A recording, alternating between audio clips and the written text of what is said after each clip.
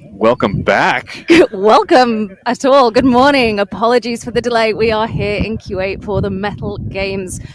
Start is a little bit delayed. It is super windy here. Super windy and super cold. Super cold. I was not expecting to wear this many clothes here right now. This is giving me some early morning World's Toughest Mudder vibes. It is. And we're just starting. And we're just starting. So, race, last we heard, was delayed, kickoff by about 15 minutes. So hopefully we're going off soon. But before we start, should we talk a bit about what's going on here? First, let's introduce ourselves. My name is Will Hicks. My name's Francesca Curando. And we are the OCR Report. We're thrilled to bring you the Mettle Games live from Kuwait. Absolutely. So we have a really incredible field here today. It's super exciting. Really deep men's field. So Mettle Games this is the first Mettle Games event held anywhere. First one here in Kuwait. They brought in elite athletes from literally all over the world. Mm-hmm. Who are we watching today, Fran? Oh, let's start with the men, shall we? Because they kick off first. So we have Ryan Atkins here. We've not seen him since World's Toughest Mudder when he had a bit of an ankle injury. Here's Alec Blockland. He's a bit of a newbie to the scene in terms of elite racing. He's a Dutch athlete and has been performing incredibly well in age group. And he said this year is the year that he is going pro. And he is. January, starting off on a pro start line with some really strong athletes. Love it. Thomas van Tonder. I got to meet him in person for the first time yesterday. He is a legend of the sport. Thomas van Tonder from South Africa. Had victories in many distances. We've got here the 100-meter champs in 2019. He got 2 first-place teams at 2024 OCRWC, one with a co-ed and one in a male team. 3rd place at the 3K. And he was also in the desert last February, it was, in Alula, where he again ran a team. So he's done a lot of team races in the last year. Something we're going to see is a lot of these guys with experience out here in the Middle East. Well, absolutely. It's becoming the place to be. Also excited to watch Leon Kofod today. Yes, Danish athlete. He has had an incredible year last year, steady rise to victory for him. He was the 3K champion at OCRWC in 2024, short course champion in Europe multiple times, Gov Games, he's been on a winning team twice, and back in 2023 he got the 15K 3rd place. So we're seeing a good variety of distances, and he said he is here to win. Athletes and media are staying at the same hotel here in Kuwait, and we saw him yesterday in the breakfast area. He told us that his goal, he wants to be on the podium. He plans to be on the podium today. He does. Sergey Pereglin, Russian athlete, incredibly strong. He was the 2022 Spartan World Champion. He's a national OCR champion of Russia. Also was in Alula last year and came 2nd place in the teams and 3rd place in the OCR European Championship. He's an incredibly strong athlete, and I expect to see a really good showing from him today. Sergey would be a lot of people's pick to, if not, I'd say win, or maybe 2nd, like top 2 would be. I would be surprised if he's not on the podium. Another athlete we're watching, the return of Veejay Jones. I am so excited for this. He took a bit of a break from OCR. He was last seen in Alula last February, but he's not been running. He's been playing golf and doing other things, and he's back here full of enthusiasm and happy to race. He's so fun we've been spending time with the athletes the last couple days. So fun, yeah. This morning, the athletes were warming up in a tent here, and Veejay had his shoes off. And athletes and some people were talking to him, and they're saying, "I'll give you $5 to run the race barefoot." And someone else says, "I'll throw in $5 for that." And then it moved from dollars to dinars, which are the local currency here. Incredibly strong currency. And Veejay he was doing the math. He's like, "Could I make more money running barefoot than winning the race?" He ended up opting. He's like, "I'm going to wear my shoes." But it was a conversation, at least. So he is the youngest person to have won an elite Spartan race back at age 16. He's got a lot of talent in him, and we could potentially see a really good showing. He does keep saying he's kind of out of it and out of shape, but he certainly doesn't look it. He looks strong and agile to me. I think he's trying to keep expectations low so that when he does, however he does today, we're pleasantly surprised. Absolutely.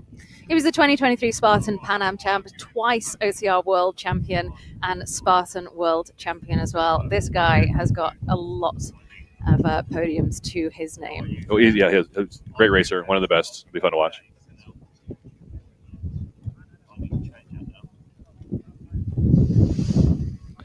Ryan Atkins. Ryan He Atkins. gets a double mention. Why not? He deserves it. So last time you and I saw Ryan Atkins was when we were live streaming World's Toughest Mudder. Mm-hmm. Ryan came back, making kind of a return to World's Toughest. It's always, whenever Ryan Atkins toes the start line, I have a hard time picking against him. You're a big Ryan fan. I'm a big Ryan fan. I've watched him at World's Toughest Mudder for years and years. He's won World's Toughest Mudder 6 times, 3 times as a team, 3 times individually, a 9-time Toughest Mudder champion, a 3-time Ultra World champion. Ryan Atkins is not someone I feel comfortable picking against. I've made a few, I love making wild predictions, and I've done it a few times about this race. And to be honest, there's just, between the athletes that are here, I can't confidently pick the top spot, because when you've got Ryan, Sergey, Thomas, there are so many athletes. How am I supposed to pick between them? So, Fran, you and I have done multiple live streams together. You kind of enjoy saying, I'm going to pick this guy or this girl to win the race. I do. And sometimes you're right, sometimes you're wrong. But Usually you right. like to kind of throw it out there. You're not picking a winner for the men. If you pushed me, I would. I would not push you. All right, I'll push you. No, I can't. All right. I'm excited to see Sergey. Okay. I'm excited to see Sergey because I've not had many opportunities to see him race. Sure. And I know he's very strong. But also, it's hard to know because we're at the start of the season. We don't know where people finish the season, what they've been doing in the downtime. Oh, I can't call it. Sergey, Ryan, Veejay. I'm gonna say that. Nope, I'm not. Leon. They've all got lots of experience out here running in the desert, running in the mid. We're literally in Kuwait. We are in halfway Kuwait. Across the world from the U.S. We are looking at the desert, and we can see the sun coming up. We are literally in the middle of the desert, and a lot of these athletes have a lot of experience here. Talking of who, let's look at the women. So, Eva Van E. Eva Vani, she is lovely. Great athlete in her 20s, young, kind of also making her foray into the elite racing world. She's raced a lot of races in 2024. She was at the Dubai World Obstacle Championships, Spartan World Champs team athlete. She was at the Croatia World Championship Sprint and also in Morzine at the Ultra World Championship. So she's done a lot of different races, a lot of different distances in 2024. Kind of like Alec Blockland on the men's side. I think Ava will have a chance to kind of prove herself against some of these. We have some strong women out here, and this will be a good opportunity for Ava to compete against them. And just like Alec, another Dutch athlete.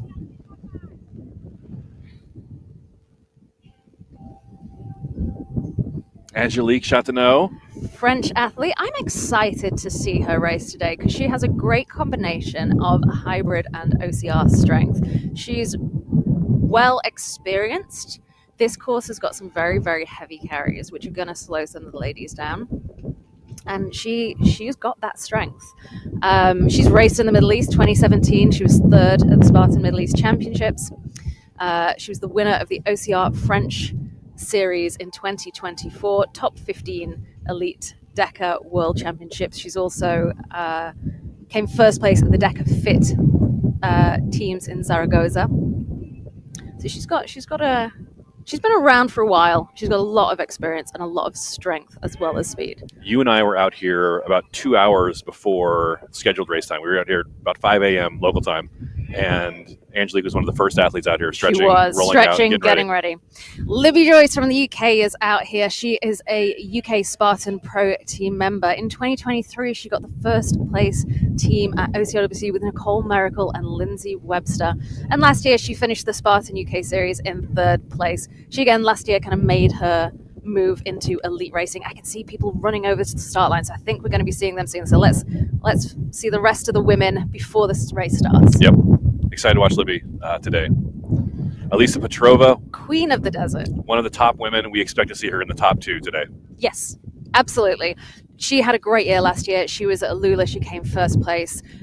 She was second place in 2023 at the Spartan World Championship in Abu Dhabi, but first place in 2024 in Abu Dhabi at the Beast. She also came first place at the Empire Race in the UAE, which is another desert race. She's had a lot of experience racing in these kind of conditions. She is nicknamed Queen of the Desert. And then Nicole Mericle. When I say Alisa's in the top 2, we expect Nicole to be the other half of that top 2. And we don't know what order. These 2 go back and forth. Either one can beat either one on any given day. So Nicole had an incredible year last year. She came fourth in the 3K and the 15K OCWC. She came first at the Croatia Sprint World Championship. She was the Perfecta World Championships champion this weekend. She came second at the Spartan World Championships, and she came second in Alula. And those 2 second places were to Alisa. So she's got a lot of wins under her belt. She's also came second to Alisa a couple of times in this desert environment. Now, we're not looking at the kind of terrain that they saw in Abu Dhabi. It's not sand dunes, it's not deep sand, and she had that problem where she kind of bunked, as she called it, and it's also not hot. It's quite cold and windy. It's going to be a super exciting battle for the women between those two, for the top two, I'd say, and then for the rest of them, it's going to be a fight between strength and speed. So we're about to go to the start line, but let's look at the map before we start. Yeah, so it's quite fun, this course. It's divided into different sections. They've got the fast section obstacles, heavy section, tactical section, and the endurance section. And some of these obstacles are pretty tricky. So they're going to start with the walls, out walls, metal row walls. Then there's a heavy section. So basically there's 4 sections of obstacles: fast, heavy, tactical, and endurance. And as we go through the race, we'll talk about the individual obstacles. We went around the course yesterday and had a look at them. A lot of obstacles that we're going to recognize, a few nice twists on obstacles we've already seen. Z wall of Mettle was fun. It was a bit of a twist on the Z walls we know. It starts with monkey bars. It's very, very big. We've got some really heavy carries going on out there. We had a bit of a play with the Atlas carry. They were not small weight, so this is going to be interesting. You can see our elite men there. Thomas van Tonder on the left with the blue arm sleeve. Veejay Jones, the other hopping buddy there in the middle. I'm just going to make a little bit of a qualification here. The start line is down because of the wind. It's changed slightly. It's a really nice setup here. There's a great festival village, some really good sponsors. The wind is playing havoc with everything. I do hope you can actually hear us properly despite the wind. And you know what? Jump in the comments. We'd love to see your comments. If you watch our live streams before, we'll pop up some comments through the race. You can see Eva Van E there on the left giving fist pumps to the athletes before they head out. That's the race director in the gray hoodie, Mohammed. He's the owner and founder of Mettle Games. He's the one who's lined up all the sponsors and the athletes. And then we're looking at, there's Ryan Atkins on the left, Veejay Jones next to him. You can see on his T-shirt. Alec Blockland with the shimmy dance there.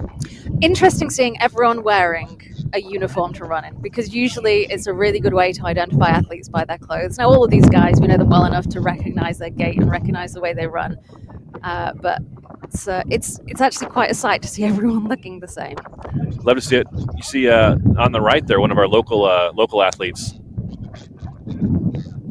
So Jack Bauer, thanks for joining us, Jack. He says our audio is crystal clear so far, despite the wind. Now we're hoping we get the same from the pitches. We've got some great rabbits here today as well, haven't we? We have an amazing crew out here. You and I are on camera, but we have Jason Dupree next to us here producing in the booth, as well as a crew of the finest rabbits Europe has to offer. Absolutely. We'll talk about those in a bit, and we'll be seeing them keeping up with these rabbits. See Libby Joyce stretching there as well. Someone's asking, what is the temperature? Well, I will tell you. It says, for me, it's 11 degrees, but earlier it said 11 degrees feels like 5. That's Celsius. And Celsius, which, as we all know, in Fahrenheit is like 40. I'm guessing. It's cold. Cold and windy. Dustin Needham is saying, let's go, Veejay! Let's go! Let's go. Veejay fans in the house. Got the start line up, looking sharp. And the men are about to take off. So we'll have the elite men first, then the elite women starting about 15 to 20 minutes later. And we'll be covering both races at the same time with our crew of rabbits. And then here at the venue, the open waves, regular folks will be running afterwards. It's an early start, but it does get hot here. Even though it's January, it gets hot by 10, 11. It's starting to get pretty toasty. Yeah. The wind is making... Oh, here they go. And the first Mettle game has started.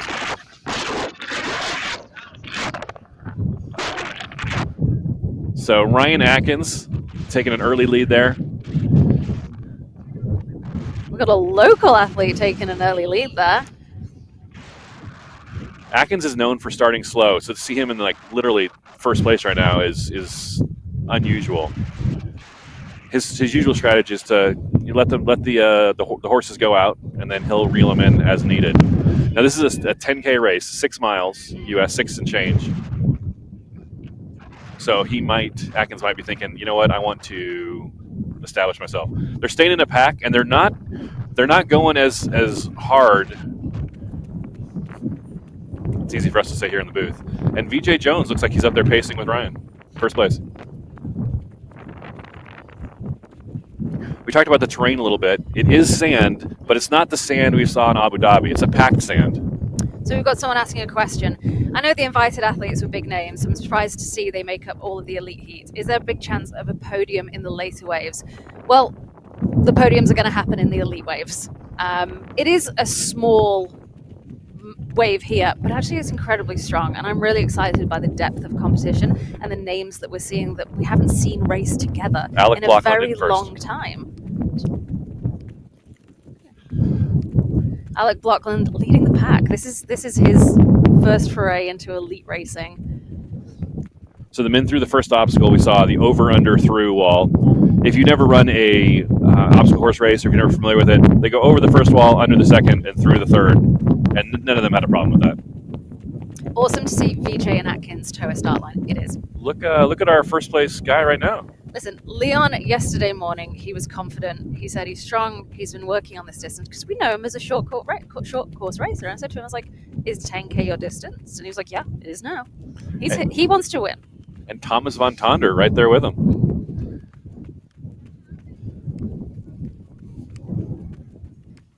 So they're all staying pretty close. It'll be interesting to see how they start to separate themselves. It's like, I know how fast they're running, but it doesn't look like they're running at their top speeds. And I wonder, is Leon here going to take a risk to pull ahead? Are they going to keep together? What is going to be the tactic here? So 4 sets of walls, 5 foot, 6 foot, 7 foot, 8 foot walls. And this is what I love about OCR athletes is so many different things play into the strength. We just saw, there we go, Thomas van Tonder getting a bit of a head start there over Leon, who is ahead because of his height. Just that, I think there's the wingspan maybe give him a little advantage on the walls, and he's got it's early, but 30-foot lead on Leon. The athletes are starting to separate themselves into not groups, but kind of a long string. Corey Edwards saying, don't count out Thomas. Corey, I am never counting out Thomas van Tonder. Corey Thomas is in first place. No one's counting him out yet. Great shot of the athletes as they approach the next obstacle. What did you call this obstacle? Z-walls? Z-walls. We, in the colonies, we call them the Z-wall. Oh, do you? Now, you got to do the Z-wall yesterday. I did. It was really good fun. We'll see as the athletes get there that they're a little bit different of the Z-walls that we know, or the Z-walls that we normally know. They're big. One thing I'm going to say about these obstacles, incredibly well built. Now here we can see little monkey bars, which are not going to test any of these athletes particularly, but a little bit of fun. Leon showing his obstacle skills. This kid is known for his obstacle skills, and that just pulled him back into first. Is that our fourth or fifth lead change so far? Yeah. Love it. Great shot of the Z-walls, Z-walls. That was Veejay further to the back of the pack there, coming off the Z-walls. Z-walls. Veejay's not known as the hang back and reel him in kind of guy, so either a different strategy or He's been playing it very cool. He's been making a lot of jokes about not being trained. I wonder if it's kind of scary coming to a field like this after taking so long off racing. So Thomas G. Peterson saying, Leon, Thomas and Veejay all have preferred short course in the past and won or podium at OCRWC 3K. Also them do plenty of endurance work. Absolutely. They've all got it in them. To do long course, to do short course, and as I would kind of this middle distance of the short courses. Athletes coming on the inverted wall, fourth obstacle. It's a wall and it angled toward them. And all these athletes have seen inverted walls or similar walls like this in the past. We're not seeing many obstacles here that are something they won't expect. Which is good. When you come to a race, you kind of want to know what's going to happen. Alec Blockland keeping pace with the front pack. He's a young athlete. He should have plenty of stamina in him. But this is an imposing field. That's a beautiful shot there of Leon running into the sunrise. Sunrise here at 7:30 local time here in Kuwait. Leon in the lead. Did you expect to see Leon in front this early? I love to make strong claims, and it's been difficult to say because we know how good all of these athletes are, and I'm not shy on making wild claims. Alec Lachlan in second, Thomas van Tonder in third. If we were to write our podium beforehand, I don't know if any of those three guys were on there. This is Thomas, fun. It's too hard to say. I'd love to see the pace they're running, says Corey. This is the thing. I know they're running incredibly fast, but like they do look like there's more in the tank. I'm going to be really interested to see if anyone's going to switch it up and just be like, okay, see you later. And then we have our women on the start line getting ready to go. Alisa Petrova, Libby Joyce, Eva Van E, Angelique Chateau, Nicole Mericle. Libby Joyce, I was talking with her mother before the start. She's being coached, and then the women are off. And we also have an athlete who lives locally called Emma Watson, who is a PT. She's a hybrid athlete. A little bit of an unknown for us, but also excited to see how she's going to do. Amazing shot from our rabbits there. Well done, crew. Looks amazing. Looks absolutely beautiful.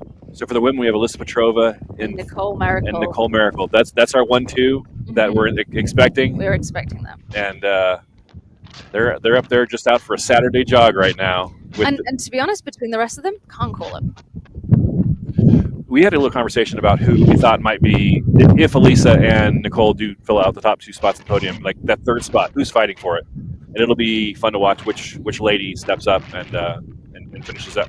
And again, nothing's set. We're literally 10 seconds into the women's race. If two front runners don't push it on speed, it's going to be a battle of strength. If they run away with the speed, then it's still going to be, I think, a battle of the strength. Like the faster athletes need to keep up to get to the strength obstacles to keep their time, and the athletes who are better at the strength and technical are going to be able to catch time there. But they don't, again, look like they're at full pace. But these two women have battled against each other multiple times. There is good competition here between them.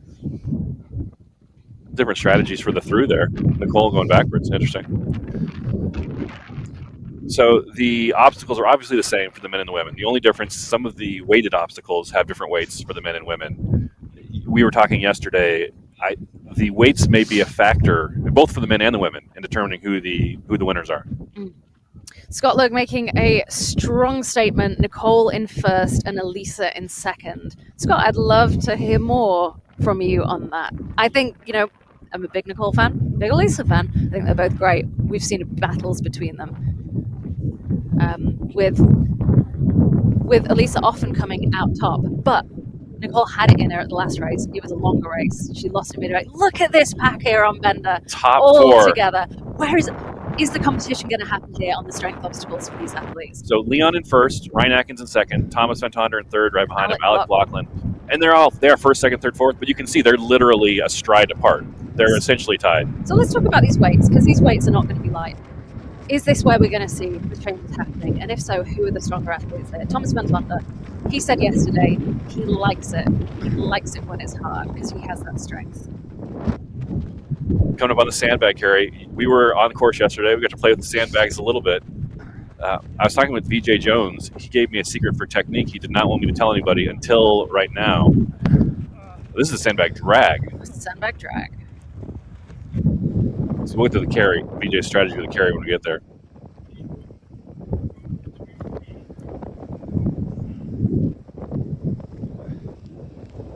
Alec Lachlan is strong. These are heavy bags. These are about 100 pounds. In kilos, of course, that is 40 something. 2.2 pounds to a kilo. We're seeing the men here together as a pack.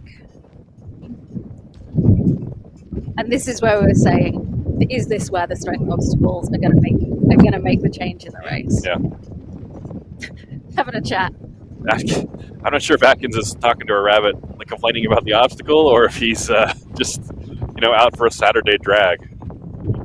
Thomas and Atkins now in the lead on this obstacle. Now, if you remember coming into this obstacle, 4 guys literally side by side. Yeah. 2 guys, and now it's 2 guys in front, 2 guys, say 20 feet, 30 feet behind them, but also behind that pack. Here we can see a picture in picture is the women on the walls, slowing them down slightly more than they did the men. Do you know what I'm excited about with this race? It is those heavyweights. It's going back to what OCR was, where it's not just going to be running. This picture, look at this camera here. What an image. Thomas van Tonder leading Ryan Atkins up the hill. Here again, the women on the Z walls. That causing no problems for Nicole Is whatsoever. that Nicole? I don't see Nicole in relation to Alisa. I think that's Alisa potentially on the other wall. There we go. You're right. Nicole first out. It must be difficult if you were they look like they were running together and having a nice time. At what point do you go, this has been fun, buddy, now we're going to race? They are everyone's friends, but they're competitors, and they plan to win. No one came here to not compete. So. How are the cameramen women keeping up with the run? We have an incredible group of privates here today. They are all men. They went out and ran the course yesterday, gave it a try, came back pretty hot and tired. And let me tell you, they've been pretty scared about keeping up with these guys, but they're doing an incredible job. So thank you so much for mentioning them. Thomas van Tonder, Ryan Atkins starting to separate themselves from the rest of the pack. Corey Edwards says Atkins waiting in 4th. Well, he's not waiting anymore, is he? Here's the sandbag carry. Sandbag carry, we're looking at, I'd say about 35 kilos for men. Oh, this is the Jerry carry. Jerry can carry. Now, they were saying yesterday this is a really heavy obstacle, this one. This is going to slow them down. And we're seeing 2 of the strongest athletes taking the lead here. Those are about 28 kilos each, so 61 pounds for the men. And they honestly, they look like they're just carrying the groceries in from the car. Sergey in 3rd place at the minute. Sergey in 3rd, I think kind of like the women, we expected him top 2 there with Ryan. But Thomas van Tonder, we're 13 minutes into the race. That's true, we're early. This will probably be a 45-minute hour race, 10K. Ryan Atkins with the drop. Let's talk about seeing Atkins put the bags down. Let's talk about the race rules, because they are interesting, aren't they? So most obstacles are must complete, like the sandbag, like the jerry can carry, the heavy carry here. But there are some obstacles that are potential failures, such as rigs, such as, mainly the rigs is what we're thinking of, talking about, as the women hit the inverted wall. Let's look at our placing here. Libby. Angelique coming 3rd, and the 2nd. So that looks like our 2nd pack of the ladies. The 2nd one, it must be Libby, Emma Watson, and Angelique. We didn't get to meet Emma Watson yet. We have not. We've not seen pictures of her. And then Nicole and Alisa, they're just enjoying the run together. And at some point, we'll have to watch. There will be a point where one of them says to the other, all right, you're going to have to keep up with me. And it'll be interesting to see who makes that decision first and how early or how late in the race that happens. Some of the athletes have been down to the course and had a look around, and some haven't, so some don't know what is coming. And Thomas is pulling out really strong here. We just saw Ryan Atkins set the bags down a 2nd time. We haven't seen Thomas set the bags down once. Thomas is strong. Like, he's oh, there we go. Tall, there we go. It's a long carry. Muscle. It's a long carry. I don't know if we'll see. Well, if Thomas and Ryan can't do this unbroken, I don't think we'll see any athletes do it unbroken. Peter saying Jerry can going back to Atkins Battle Frog days. Ryan Atkins briefly served as the race director for Battle Frog. Did he? Did some courses in Southern California, I believe. And then I'm not sure who we're looking at on the ladies' side there on the inset. I've got to say, there was questions. Is there any water on course? I'm glad there is no water on course, because that would be so cold. No water, no mud, which the athletes are happy for. Still early days in the women's race. So going back to talking about race rules and obstacle failure, Absolutely. each athlete has 5 wristbands on their wrist. If they get to one of the obstacles, and we'll describe them as we come to them, that are a potential failure obstacle, such as a rig, rings, hanging going across a rig, very familiar obstacle in obstacle course racing. They have that. If they fail it as they complete it, they'll have to go back and go to a retry lane. Thomas looking for the finish. When am I done with this obstacle? It's a long carry. Ryan Atkins making a move. Oh, he's like, nope, said, not a chance, buddy, not a chance. So the race rules, let's do this really succinctly because it's complicated. Sure. It's a mix of mandatory completion and wristbands. Yes. Each athlete gets 5 wristbands. If they fail an obstacle, they lose a wristband. They will not pass that obstacle until they pass. Every fail on the same obstacle equals a lost wristband. If they lose all 5, they DNF. They have 5. If they lose 4, they finish. There is no way of regaining a wristband. It is a mix between multiple wristband and mandatory completion. It's interesting. Let's see how it works out. And 5 total for the race. So 5 total for the race. We anticipate seeing some athletes DNF. We do. There's some tricky rigs out there. Distances are slightly different from what we're used to seeing. Just slight twists. Some things like the bells are placed quite high on some of the rigs, which if you're not prepared for that could take a wristband. Yeah. I don't know if Thomas van Tonder and Ryan are very happy with our front rabbit there. Well, he's not slowing him down. No. I imagine Lindsay Webster, Ryan's wife, is watching this at home saying, that's good grocery bag training. We were both very sad that Lindsay wasn't here with the baby. We were looking forward to seeing young baby Atkins. Here we go. / Webster. Alisa and Nicole on Bender. Again, neck and neck. We saw stride for stride. Coordinated. We saw 5 men here together at the same time. Mm-hmm. That pack quickly broke up once we got to the strength. Some of the strength obstacles, we're not even in the strength section yet. Atkins pulling ahead of Thomas. Look at this. I have never seen Atkins struggle on an obstacle like this. Veejay Jones. Now, also, Atkins is a little sick at the moment. That's a great point. He told us when coming in, he has a little bit of a cold, or I don't. Flu is too strong, but he wasn't 100%. He's just a little bit sick. Taking some cough meds. And they're leaving there neck and neck. And you know what? I'll bet you we see Ryan and Thomas do a little bit of what Nicole and Alisa are doing. Like, all right, let's just run together, keep pace. But this is a nice spot to open up the legs, especially for someone like Thomas, and just take that lead. Thomas said, never mind, Ryan, I'm gone. Alisa and Nicole here. This is where we saw the male pack start to break up. Beautiful view on the men's side. Look at that sunrise.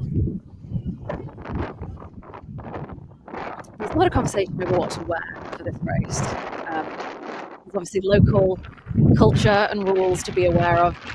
Here is Libby coming in 3rd place. But I've got to say, I think everyone's very happy with wearing the longer sleeves and the longer legs. You won't see anyone taking off their shirts in this race. It's too cold. Now, I'm going to say... She snagged on the flagpole. The women are definitely moving through this faster than the men. Are we thinking potentially the weight proportion is off? They definitely have obviously a lighter bag. But look at Nicole. But even body weight. She's powering ahead of Alisa. Strong. You know what? The conventional wisdom on Nicole used to be she's very fast, but not as strong as maybe some of the other athletes. The weight obstacles could get her. Over the last 3-4 years, Nicole has gotten strong, so much stronger, so strong. And Nicole has no weaknesses anymore. You can't say that about Nicole anymore. She's fast and she's strong. Thomas opening his legs up there on the tarmac section of the course, taking a bit of a lead whilst he can. Look at those strides. Thomas is a tall man, and he's a really tall man. He's getting some distance there.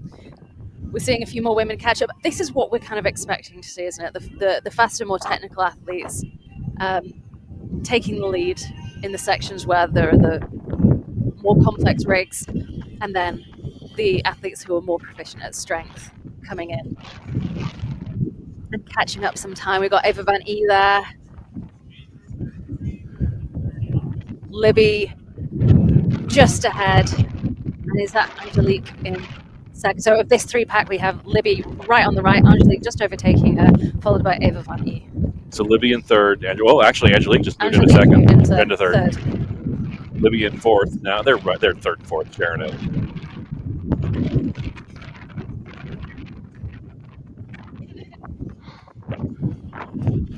Laughs there from Nicole, giggles as she's running.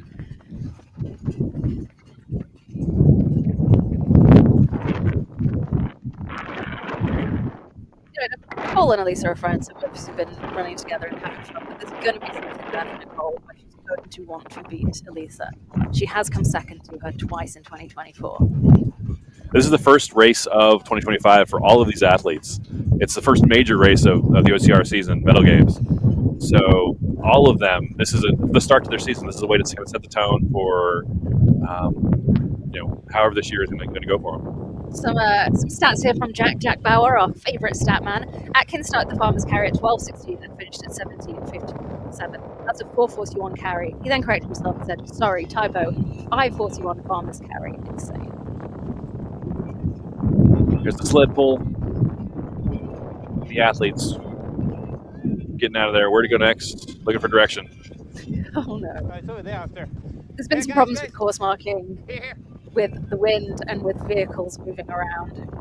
So this is an open area of the city, and so when they had to do the course markings early this morning, 3 a.m. this morning, so to make sure that the no one knocked anything over or removed the course markings. Pizza Doba saying, okay, if Ryan and Thomas are struggling on this, it's going to be brutal. Both guys are famous for their grip. It is going to be brutal. These carries, these strength obstacles are brutal. And we had a play on them yesterday. There's more coming. There's more coming. There's an Atlas carry, an Atlas stone coming up. There is an armor obstacle coming up. You and I were both on those. Very heavy, very very challenging. Question saying, is Veejay in third now? We're not entirely sure on the man. As soon as there's timing out there, but we don't have splits from the mats until we finish.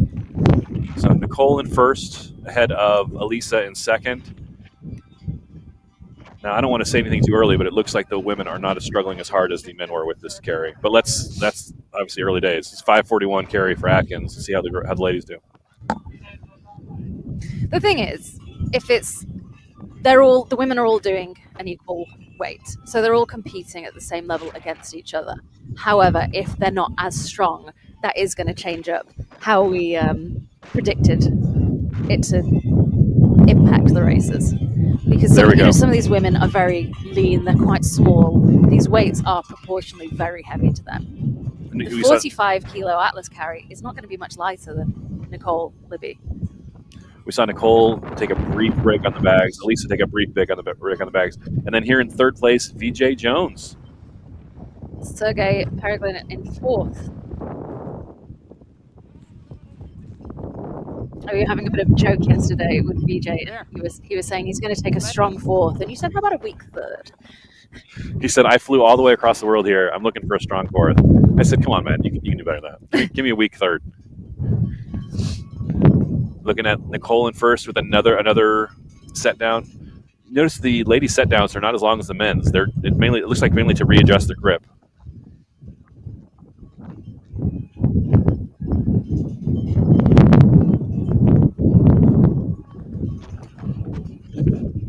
So we've got Nicole in first, Alisa in second for the women, and then there's three more elite women we're watching that are kind of in a pack together, the three of them. For the men, we have Thomas van Tonder in first, Ryan Atkins in second, Veejay Jones in third, and right behind Veejay was Sergey Pereglin in fourth. I'd say Veejay and Sergey are kind of fighting third. Third, fourth. They're looking for that third spot on the podium right now.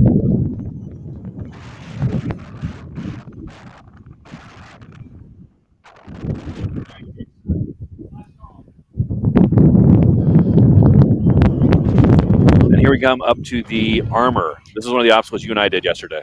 There is no way of doing this elegantly. It is not a graceful obstacle. But I've got to say, with Thomas's long legs, he is making it look better than I did. Now, you can notice there are no handles on those chains. It's literally grab the chain and go. Waddle. Grab the chain and waddle. It's a waddle. It's a kind of a squat. It's not a... It's strong. It's a heavy carry. We're looking at 65 kilos for the men and 45 kilos for the women. That's 143 pounds and 100 pounds. Atkins out in first and putting some space in between him and Thomas. Strong today, Atkins. Atkins and Thomas, I've lost track of the lead changes. They're back and forth. Literally all race back and forth.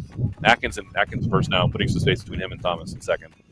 I mean, his shirt is 0001. I bet you Ryan Atkins has some great race merch. How much are the payouts? What a great question. Let's talk prize money. The prize money for this race is male and female equal. First place, $1,500. Second place is $1,000. And third place is $750. The men to the sandbag carry. So Veejay's tip for me was you pick up the sandbag, get all the weight into one end of the bag so it's not flopping around on you, and then just throw it on your shoulder and kind of pinch it up there. But Veejay was very specific. He's like, I'm telling you this, but do not tell anyone until the live stream. I don't want the other athletes to hear my tip. I mean, Atkins threw that over his shoulder. He doesn't care. He just wants to get that on there and run. Atkins threw that over his shoulder like a newborn baby. We're looking at about 35 kilos for the men and 25 kilos for the women on this.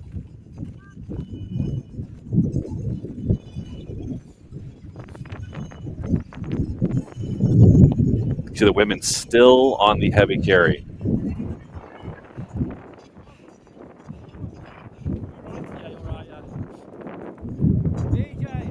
Thomas making sure he's on the right spot.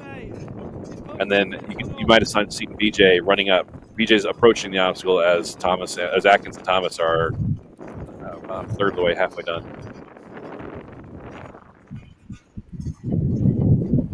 You can tell we're in the desert, but we're also in the city. We're right on the edge of the city. It's right next door. It's kind of an interesting venue. Look at this. I'll stop if you stop. Okay, Oh, ready? Go. Darn it. I'm going. Good job, ladies. Well done. Nicole still in first, Alisa in second. It'll be interesting to see. This is obviously wearing on both of them if the fatigue from this obstacle carries into the other ones. It didn't seem to for the men. But see, the scary thing is you know, for the smaller athletes who don't have as much strength work, is how much is this going to fatigue the arms and Yeah. grip for the technical obstacles, which we've not got to yet. When you have that stress of, I've only got 5 chances. Well, I've actually only got 4 chances. yeah, and then in the back of your minds, they know it's coming. They know it's coming, and they're like, I'm taxing myself on a kind of a brute force kind of obstacle when I need a technique obstacle with strength coming up.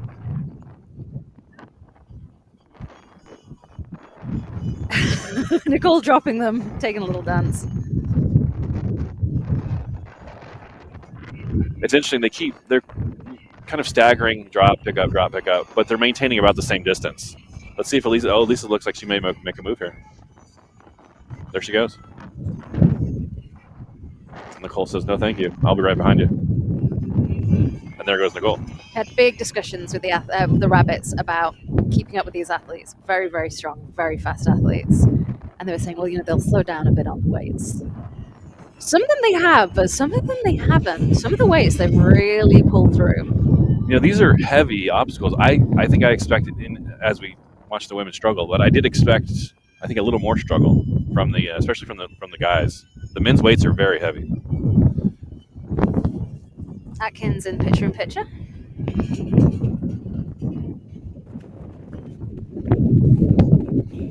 So Atkins in first place for the men, Thomas van Tonder in second. Last we saw for the third and fourth place was Veejay Jones and Sergey Pereglin. We're about 30 minutes in the race. I'd say we're about halfway through the race for the men. I expected Sergey to be battling it out with these two, to be honest. I expected him to be further ahead of the pack at this point. I'm going to be interested to see what else he does. He's a very strong and capable athlete. We've had a chance to talk with most of the athletes, with really almost all the athletes that are here, and all of them had confidence.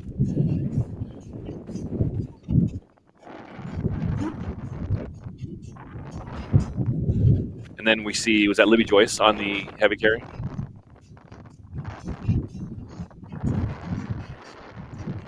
As you run along the path, you get to see. So you pass the obstacle on the tarmac. Coming back. And then our men's leader, Ryan Atkins, out in front. And after all that, are back together. After all that carry, after all the back and forth, they're right next to each other. Does it look like Nicole may have shortened her stride? Potentially. I was distracted for a moment by Alisa being the only athlete not wearing the team kit.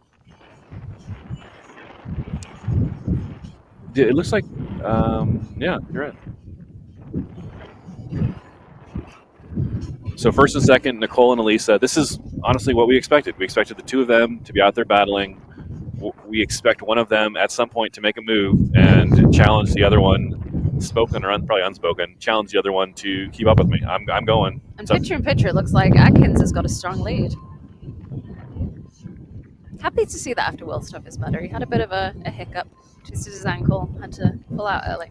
He finished with a, for him, disappointing 50 miles at World's Toughest a few months ago. Imagine that being disappointing. Well, when you do first man to run 100, then an easy 50, they call it. Incredible. But yeah, he's obviously shown he hasn't lost a step. You can see Alisa shaking it out. Her arms are still gassed from the heavy carry.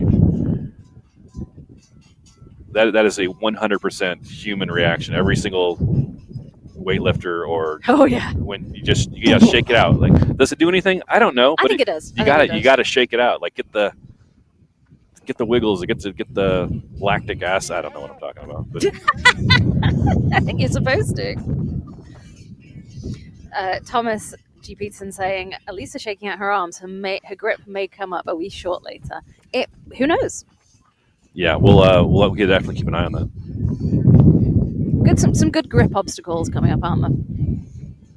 It'll be exciting to see. We haven't even gotten to the grip intensive obstacles. We still have the Mettle flip to get to. It's another heavy obstacle. You can see the ladies running on sand. It's sand, but it's not the same sand you may have seen in other races out here in the Middle East. It's packed sand. It's a good running course. I think we just saw Alisa and Nicole as they're running together slightly go off the course markings. It's hard to tell because the wind is blowing stuff so off track. But if they're running together, does that matter? So yeah, as we mentioned at the beginning of the race, this course is divided up into fast, heavy, tactical, and endurance obstacles. And the heavy comes before the tactical. So we've already gone through the fast obstacles. Those were the walls, for example, at the very beginning, the inverted wall, the bender. The heavy obstacles, there are 6 of them. And things like the sandbag drag we've seen, the jerry can carry. Here we've got the ladies on the sled pull. We'll talk to the women after the race. I'll be interested to hear from Alisa and Nicole. So what were you guys talking about out there? Like, what was that first half of the race like? How's life for you? Like, yeah, how's the family? How's training? How's your dog? Or if it's just, grit your teeth and, they're next to you. And I'm really interested because, Alisa waited. I know she was looking for directions there. She waited a second before she carried on running. What's the game? Waiting for Nicole? Like, what? How are they going to decide who? Do they just? Are they? What's happening? Here we go. This is the Atlas carry. This is heavy. Atkins having on the shoulder is impressive. Yeah, getting it up that high instead of just taking it to your belly. And these are smooth, heavy balls. All right, and then Tom, it's the pickup that's the struggle here. Thomas was happy to see a difficult course. He said he likes the struggle because he can do it. He's just walking it out. Those balls are 143 pounds, 65 kilos for the men. Now Thomas did, he's a Red Bull athlete and he was at a Red Bull event yesterday just for fun. But he did say he pushed it a little bit. Red Bull, Kuwait, major sponsor out here. Thomas with the throwdown. Sure, it's all the way. And Ryan Atkins still in first place. Thomas van Tonder in second. One and then one back. Looks like Atkins is speeding up. Lol. Curious if anyone can catch him. And here's the Mettle flip. Now this was built for the race. There's some really great obstacles and the obstacle quality is really good. That did not slow Atkins down. What has he been doing in these last few months? So literally all the athletes told us, they're like, yeah, first race of the year, we'll kind of see how it goes. Atkins has clearly been training. He was been sandbagging us in private conversations before the race.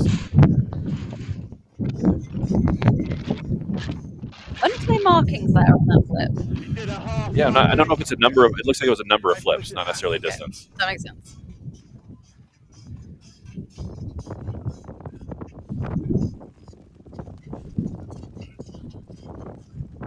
I'd love to see what's happening with the other man.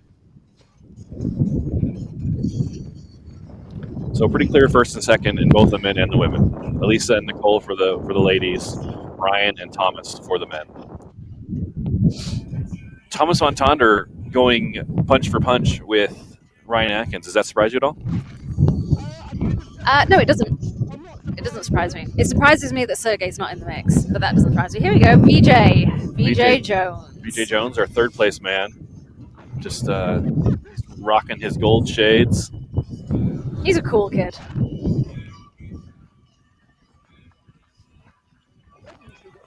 You know, third place. It could be a strong third.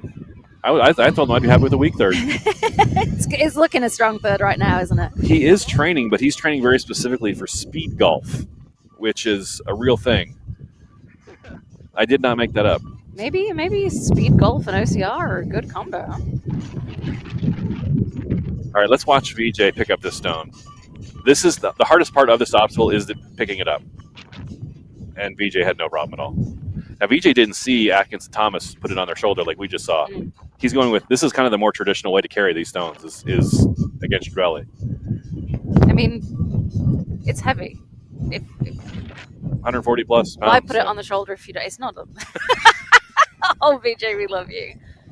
Sergey right behind him. Veejay always knows where the camera is. I did say to him before, I was like, if you want to have a little chat with the camera, go ahead. Introduce yourself. And Sergey in fourth place. All right, here we go. Going to the monkey bars. Easy for Ryan. Ryan's gone across hundreds, maybe thousands of monkey bars in his career. No struggle there. Veejay Jones on the metal flip.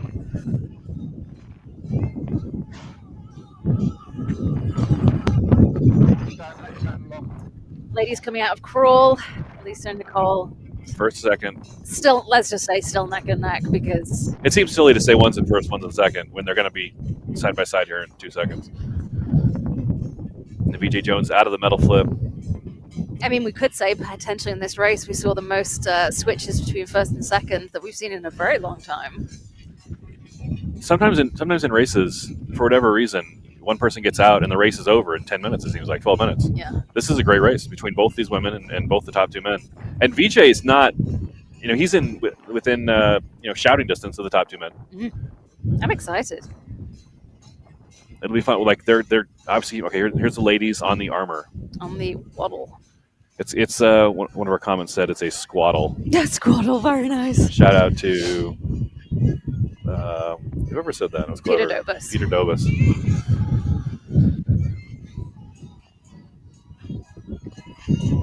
Yeah, we did this yesterday. We were trying different techniques. It's two chains coming out of that ball, and there's no handles on the end. It's literally just. So I wrapped the chains around my wrist and then had my hands closer to the ball. But that does mean you're picking it up higher, but it felt safer. All right, on to blender. The blender for the men. Beater, excuse me. And Atkins again with no problem there. Veejay in third. Let's see how long it takes Veejay to get to beater behind Atkins in first. Is this the moment we've been waiting for with the ladies? Nicole putting some space between herself and Alisa in second. It's got to happen at some point. Definitely earlier than the men. With the men, we still have Atkins and Thomas, side by side. Nicole looks like she's making a little bit of a statement here to Alisa.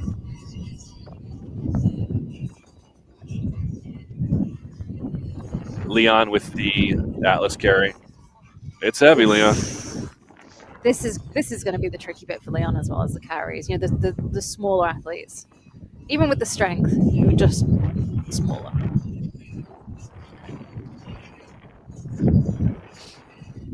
Okay, so Alisa caught up with Nicole, and now Alisa's making a little bit of a move.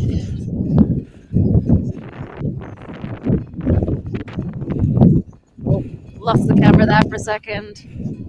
The wind is not died down out here. Gimbals are just a creature of their own. This happens. we can say it was probably exemplary technique from Ryan on that. Oh, look at Veejay. Look at that wingspan. Veejay Jones, no problem at all on beater. I'd say he's about maybe a minute behind the top two. Was that beater or was that monkey bars? I think that was monkey bars for Veejay. That'll put him a little bit more than a minute behind then. Yeah, you're right. Good call.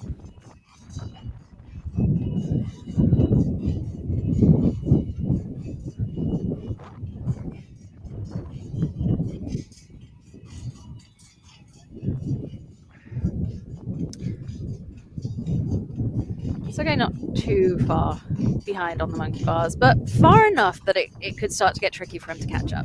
Yeah. Now, they do have something interesting here, which we've not really seen, which is VAR on the obstacles. They have cameras on the obstacles.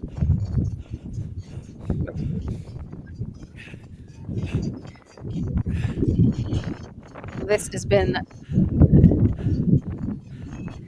They christen this zigzag O-rings. This is a take on Ricochet. Not exactly zigzag. O-rings. More zig, less zag. More zag, less zig, I'd say. No struggle for Atkins. Alec getting through Blockland rings. started the race really strong. I think it's taken a toll on him, hasn't it? Alec is in 4th place, 5th place, behind the main pack, still competing. And then we're looking at Angelique here. Angelique in 3rd place for the ladies. Potentially. Now, as we mentioned, she's got a really, really good chance of filling out that 3rd spot. She is a long-time Spartan elite athlete. She's also a hybrid athlete. You know, she's placed well at DECA multiple times. She has that strength. She has speed. She has grip. Okay, this is a Red Bull sponsored obstacle straight over the top. Energy ladder.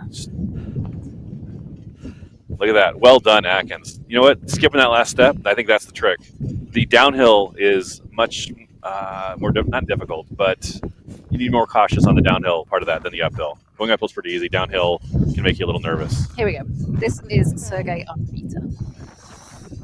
Sergey in 4th place. So we're seeing a time here of 43 minutes so far for the pro men. We had predictions yesterday, and people were being very precise down to the minute. You know, maybe 44 minutes finish, or I think 49 minutes finish. We're at 43 minutes, and we still have still a fair whack to go. All the strength obstacles. Yeah. Now the race directors made a claim that it was going to take them over an hour, and we said no. Over an hour? Are you crazy? We said you could make it an hour if you want. You could make the carries longer. You could, which maybe you did on the. Sorry about that, athletes. But you know, we're clearly going to have longer than an hour finish times for the top athletes. So here's what I think happened with the ladies. Nicole made a move. Alisa answered. She's like, "Nuh-uh, babe." She said, "Not yet." So Nicole says, "All right, Fine. Well done, well met. We'll let's see what happens next time." And they're back side by side. But it was interesting. Nicole put some space between her and Alisa in 2nd, and then Alisa caught her on the next obstacle, which is what good obstacle course racing is. It's a combination of running and obstacles.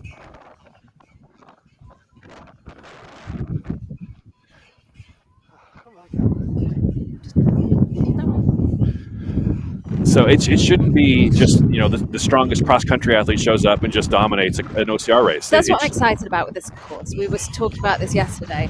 You're not going to get a very strong runner come and smash it just because they're a strong runner. It's the same thing that you see at OCRWC with the mandatory completion. You can't wing it. You have to have that obstacle technique. So I've got a really strong 1st place here from Ryan. And a joint 1st currently from the ladies with Alisa and Nicole.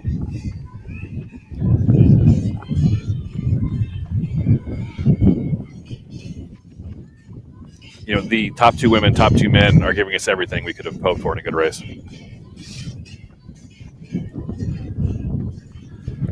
You know, now might be a good time to give a shout out to one of the sponsors here. 12ST is a leading strength and conditioning equipment company in the GCC, offering a wide range of products, including equipment, gear, apparel, and more. Company supplies training facilities throughout the Middle East, catering to various disciplines such as bodybuilding, weightlifting, CrossFit, running, obstacle racing, and beyond.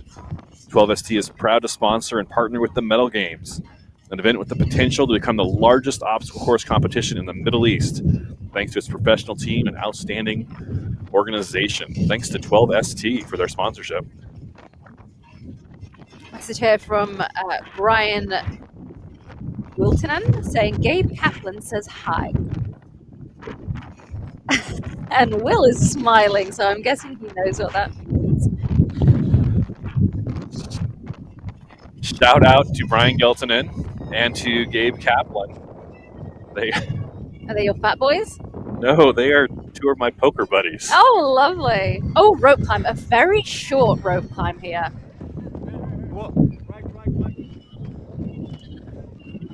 We saw Ryan pretty much jump that rope.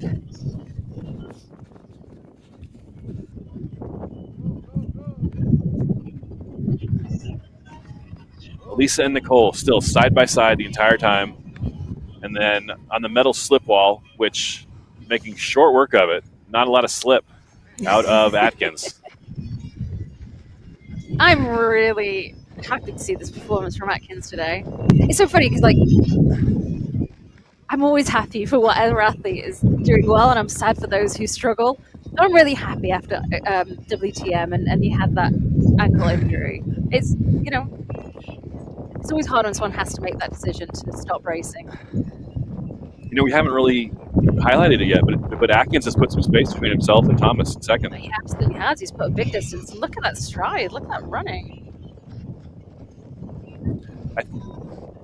I was going to say Atkins may have, you know, all his desert experience has given him a little bit of advantage, but Thomas has that same experience out here on the desert.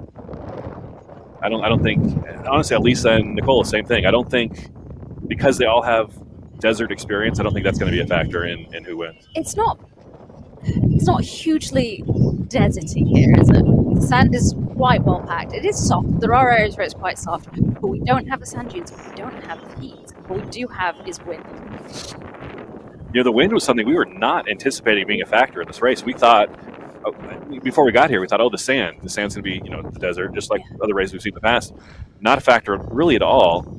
Well, we do know in the desert it gets very cold at night. I did not expect it to be this cold right now. We were here yesterday. It was not this temperature. It was not cold. No wind. It was sunny. Ryan Atkins on the Mettle carry in first place. Looking behind him, looking to the side. Where's Thomas at? And then right, yeah, you keep going. You're doing good, Ryan. You're doing good.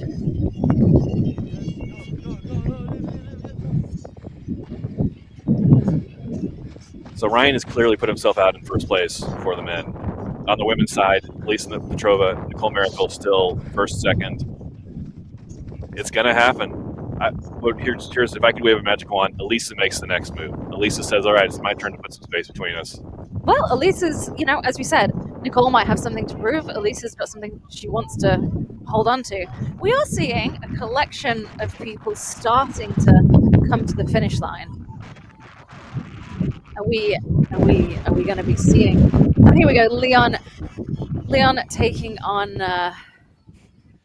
the Red Bull obstacle energy ladder, which was designed by his compatriot Ida Matilde-Steensberg, the Red Bull athlete on the world's toughest obstacle course. Ida and Leon, we see a lot from the from Denmark at a lot of races.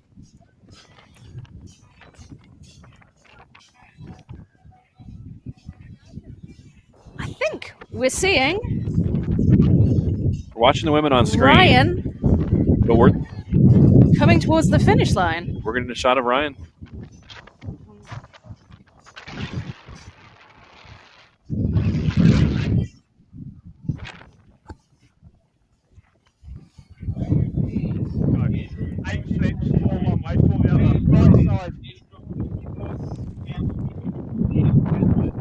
Here we go. We lost the camera for a second. We're pointing furiously at the distance. Here comes Ryan to the finisher rig. Obstacle 25 with 25. The final rig, Ryan Atkins. Peaceful technique. Now watch the end. Watch this last bell. This last bell is tricky. No problem. High. That's going to be tricky for some athletes after this race. It will be. You have to. It's almost like a mini pull-up. as we watch Ryan Atkins cross the finish line, 50 minutes and 31 seconds. Ryan Atkins, your Mettle Games 2025 champion. And he ran with number 1 and he finished in first place. Congratulations to Ryan Atkins. Well done.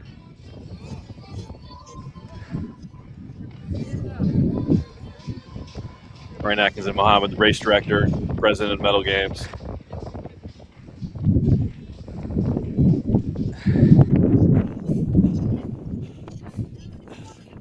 Thomas not too far behind, coming onto the rig. On the final obstacle for Thomas van Tonder. Look at that reach, that span. No problem with the bell. Crossing in just over 51 minutes. Thomas van Tonder, second place man, Mettle Games 2025. Congratulations, Thomas van Tonder, South Africa.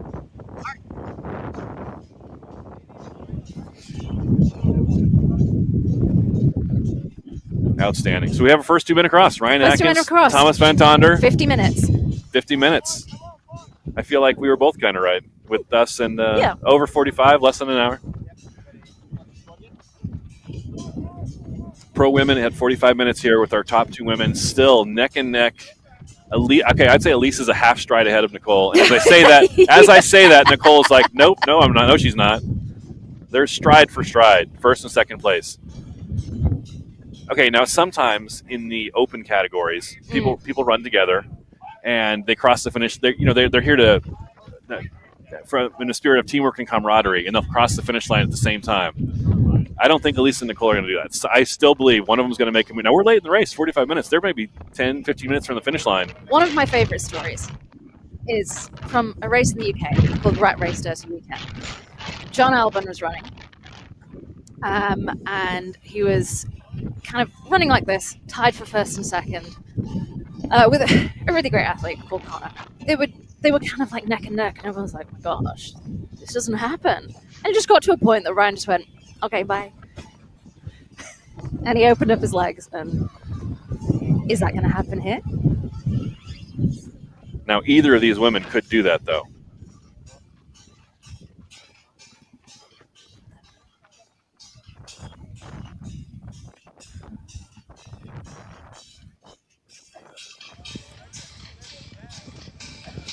Another shot of our final obstacle here as we're waiting the third place man.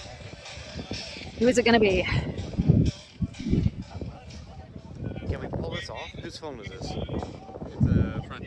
Oh. Sorry. Veejay Jones. Veejay Jones.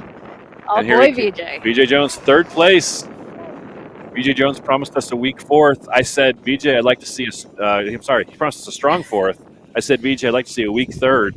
I'd say he gave us a good third. He gave us a strong third. Not over yet. He's got one more obstacle. Let's see as he gets through it. He's not struggling. He's taking his time. He knows. And then there he goes. Whooshk. That is going to be long tough. reach. That bell is going to be tough for a few people. Veejay Jones, your third place finisher, Mettle Games 2025. Congratulations, Veejay Jones from the USA. So top 3 men, Canada, South Africa, USA.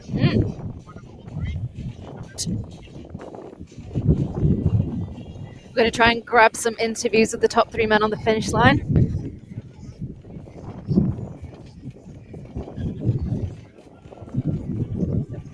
So congratulations, Veejay Jones, third place, Thomas van Tonder, second place, Ryan Atkins, first place. Back to the women on the Mettle flip. Angelique there on the Mettle flip. Same as the men, but without added weights. So it's 125 without the added weight that the men had.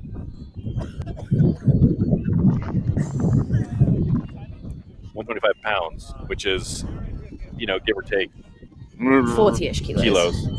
Yeah, you have a minute if you want. What do you say? Picture.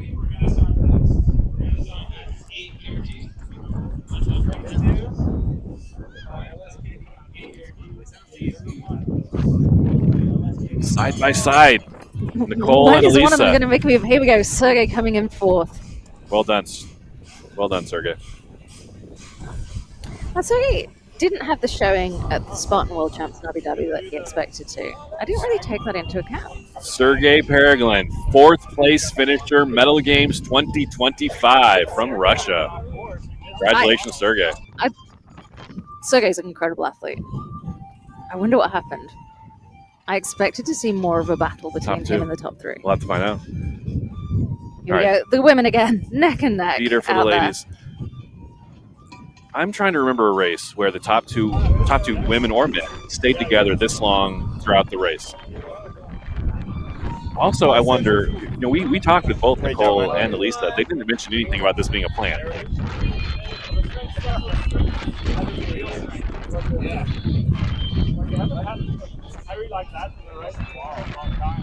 Carry was pretty bad. We have our top 4 men. Yeah. All right, Ryan. Right. What's up with you?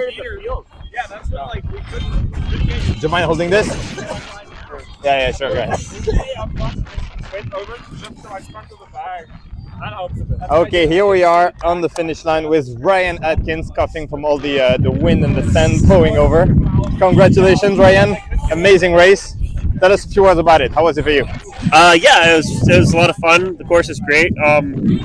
It's pretty windy out here, so a lot of the markings were kind of blown away. But we just took our time, tried to follow what we could, and the obstacles were super fun. I've been having this kind of cough, so I couldn't really breathe super well. But about 5K in, I just my legs started feeling pretty good, and the running felt just smooth. Just started kind of rolling around and having fun out there. It was great. It was a great battle with Thomas. Right behind you, you were really neck and neck for the first half of the race. Yeah. Then you pulled away a little bit, but you were never really out of danger. Tell us about this. Yeah, exactly. I think after the sandbag carry, I got a little bit of a gap, and that's when my legs started feeling pretty good.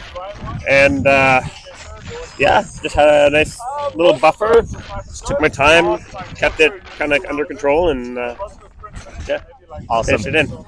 Congrats. Is there one obstacle that you're going to remember? One that was particularly tough? I know that the carries were hard. The farmer's carry definitely was the hardest obstacle. It just went on and on. I think we had to put the bags down like 5 times. Yeah. That's great. That's what makes the racing fun. Things like that. Epic. Yeah. Awesome. Great job. Beginning of the season, not easy to race that hard in January. Yeah. What are your biggest goals for this season? I don't know. Just be a good dad and travel around and have some fun, and keep enjoying doing athletic things, I guess. Awesome. Yeah. Great. Well, get back to your family with a great win under your belt again, and we'll see you next time. Thank you. Cheers. There we go, hearing from Ryan Atkins in first place, and we've still got the top 2 ladies neck and neck here on the rings, with Angelique Chassenot in 3rd place currently. We did see Leon Crawford cross the line in 5th, and just now in front of us, Alec Blockland crossing in 6th. Shout out to Leon Kofod, Denmark in 4th place. Alec Blockland in 5th place. Outstanding. So our top 5 men are in.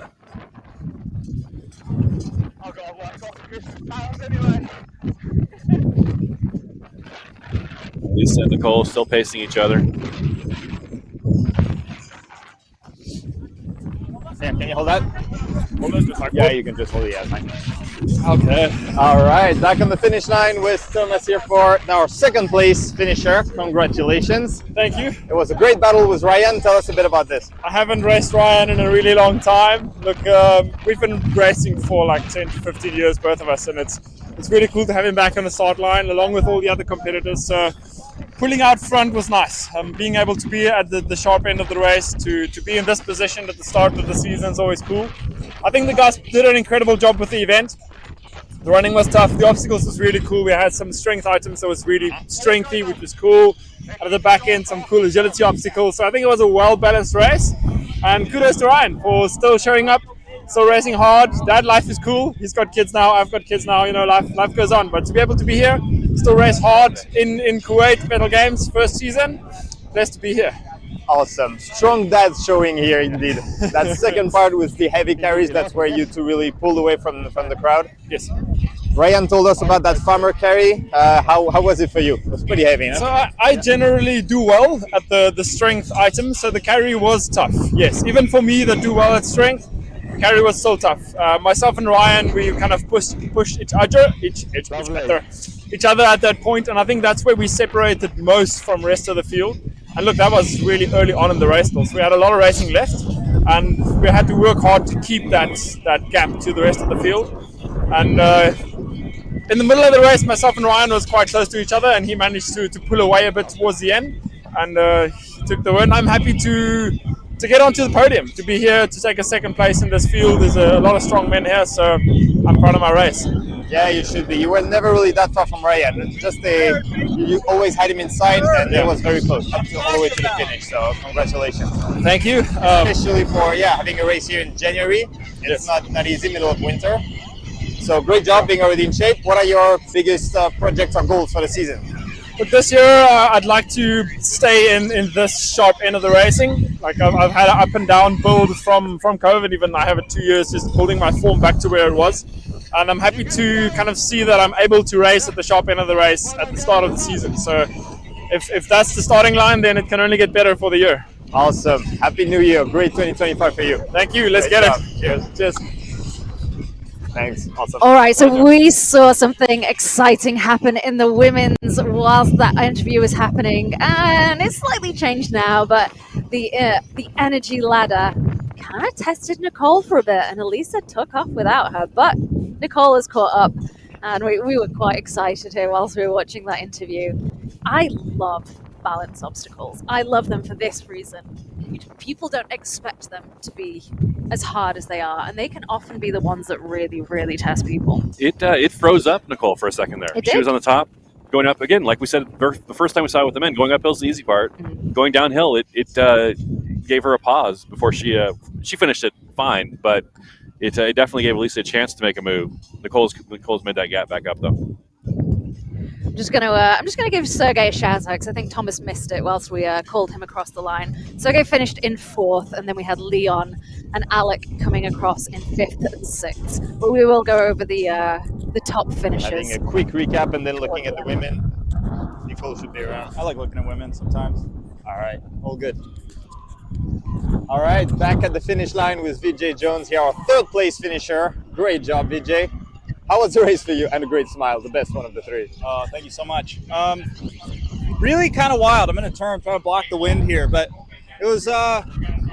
I was slow. Everyone took off at the start, and I was in last place. And I was like, well, this just might be my day. But I knew they had some heavy stuff coming up. And I'm a big, hairy, strong American machine. So I knew that I was going to have a shot once we hit the farmer's carry. And then we had this sandbag drag, which was really, really heavy too. And I was able to make up a couple bodies there. Got to the farmer's carry, and that was like a quarter mile of just really heavy weight.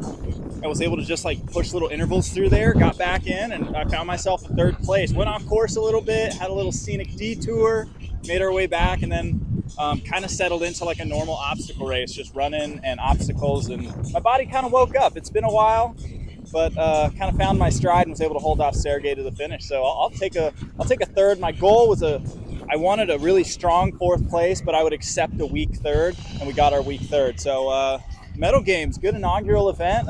Shout out Mohammed for having us out, bringing OCR to Kuwait, and I'm looking forward to the rest of the weekend. Now we got a team race.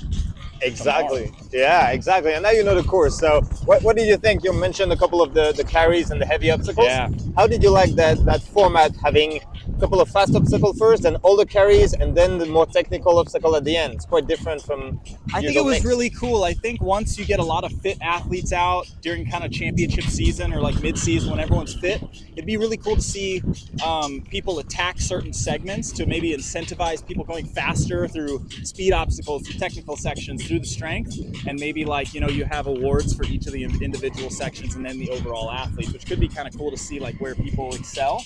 This was a really cool concept. I enjoyed it. I think some of those weights were like really, really heavy, especially for some of the lighter athletes to try to pick those weights up. which kind of like if you saw Leon at the beginning of the race running really well, really fit, like should have been ahead of me. But those weights were a little too much for someone like his body weight's just low. It's hard. Yeah. So that's like a little bit of adjustment, or maybe they're just trying. That's the kind of athlete they want. They want an athlete that can carry really heavy stuff and do obstacles. So it's a little bit of a tough situation to kind of figure it out, but that's life, that's racing, and it is what it is. So I think they have a really cool thing here, and I hope they keep doing it. Awesome. Thank you very much. Well, recover well, and we'll see you tomorrow for the team event. Yes, sir. Cheers. As the big, hairy, strong American machine says, that's life, that's racing. Taking his weak third there, I wouldn't call that a weak third. I'd call that a very strong third. So we've got here the women. We still have Alisa and Nicole in first place, Angelique in third, battling it out. Happy to see Angelique there. We had kind of high hopes for her as a hybrid athlete. This is the kind of course that's going to test that. I liked what Veejay was saying about the different sections. We saw something similar to that as OCRWC a couple of years ago called the Preems sections, taken from Tour de France, where the different areas are given different awards. It is a really interesting way to see. Yeah, if you want to give Veejay some congratulations, email him Veejay Jones at bigharrystrongamericanmachine.com. .org, I think. Well done, Veejay. All right, this is the 23rd of 25 obstacles. Alisa and Nicole have been neck and neck the entire day. If it's going to happen, it's going to happen soon. Here's Angelique on energy ladder. All right, tops. Going up's the easy part. Going down. She's going cautious. And that's a reach for her. Someone like Thomas van Tonder, easy steps across. Yeah. Veejay Jones, big American hairy strength machine. Easy steps. Smaller athletes, this is going to be a stretch. Shorter. Libby Joyce, thinking of shorter girl. That might be a tough obstacle for her when she gets there. And like Veejay says as well, it's interesting when it comes to things like strength obstacles. If you are just smaller, if you have less body mass, it is going to be harder. Yeah. Managing those weights. So the women are an hour into the race. Alisa and Nicole, we can literally see them. We're sitting at the finish line. They are within sight of the finish line, approaching the final obstacle. It's going to come down to the final obstacle. It'll come down to the rig. And you know what it's going to come down to? It's going to come down to the final bell. This could actually be. It didn't matter for the men. The men all handled it easily. But they have to do a bit of a pull-up. And we know Nicole is an ice climber. We know she had the knee issue, which gave her a few years off. And she spent that time training her grip. But we saw her on that wall. She struggled more than I would expect Nicole to struggle. So normally I'd say, hey, yeah, she's going to have no problem pulling up to hit that bell. What's going on? Is there a strength issue? Is she going to? Is this where we see something and we see... So an hour plus of racing, coming down to the final obstacle. It's going to come down to literally the final part of the obstacle, the bell. Let's watch them. Nicole in white, Alisa in black and orange. Do they have an agreement to cross the finish line together, or did they say, let's battle it out when it gets to it? Nicole slightly in front. Going for that bell. She got it. She got it. Nicole, Mericle.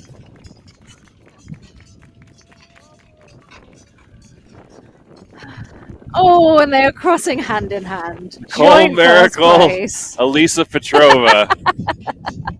First and second place. Shared first, shared second. Well done, ladies. This is Eva Van E on screen that we're seeing. I would love to know the reasoning behind why they did that. You know what? They have been, fighting is the wrong word, but competing head-to-head in so many races. Literally every race they show up, they're first or second. And it could be either one of them. We'll talk. We'll get an interview with them afterwards, and we'll find out more about their thought process.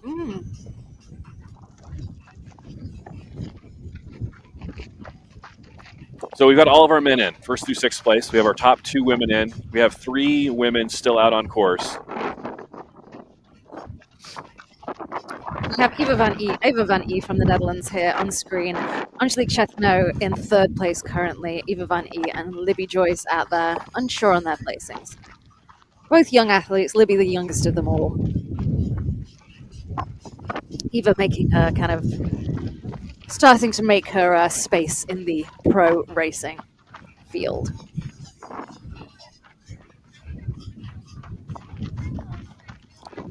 This is good. This is not good. This is a tough part of the race. It's a hard part of the race when you know, all right, the winners are ahead of me. The race is over last, and we're actually seeing the third place woman out on the horizon approaching the final obstacle. But this is where that mental grit that is a big aspect of OCR comes in, where you say, you know what, I'm not going to win the race, but I'm going to compete and I'm going to keep going.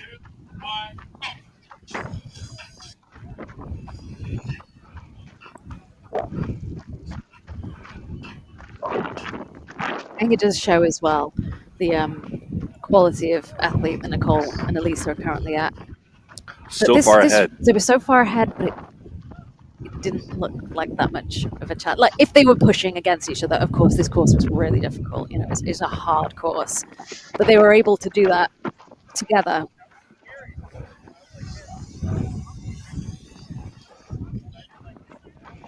Something about running with someone else gives you a little bit of superpower in that you need to, I'm going to keep up with them. Like, I don't want them to leave me behind. I don't want to, it's like if you say, hey, I'll meet you at the gym at 5 a.m. tomorrow. You're like, well, I got to get up. They're going to wait for me. I got to. Well, saying that, and as Veejay said, we have the team race tomorrow. And it's a unique setup for a team race. It's not done in relay legs, is it?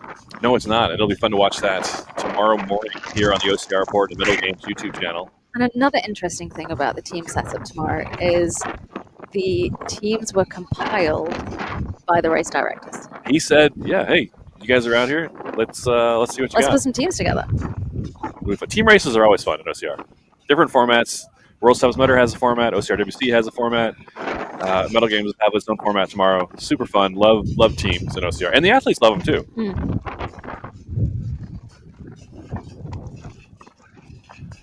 I'm seeing only 2 wristbands on Nicole's wrist.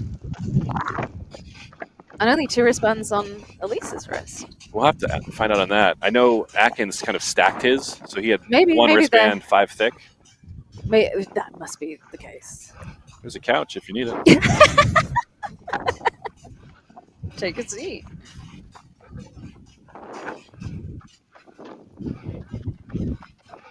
Martin's going to go for an interview with Angelique and Nicole now. Joint win, joint. All right, can one of you hold this for the two of you? Awesome. All right, we're back on the finish line with our joint winner, so joint interview, obviously. Congratulations to both of you. How was it for you? Tell us about this beautiful race together. I thought it was really fun. You know, we get to race each other pretty often, but it's always really nice to come together and get to battle it out. And today, you know, we got to have a little more fun with it. I think having, just, you know, we got to push each other, but there wasn't, there's kind of like a big gap to third place. So, we were out there kind of on our own, having a good time. Yeah, it's always amazing to run with somebody and at some points like push each other. At some obstacles, one faster, the other. You can try if you want. Yeah.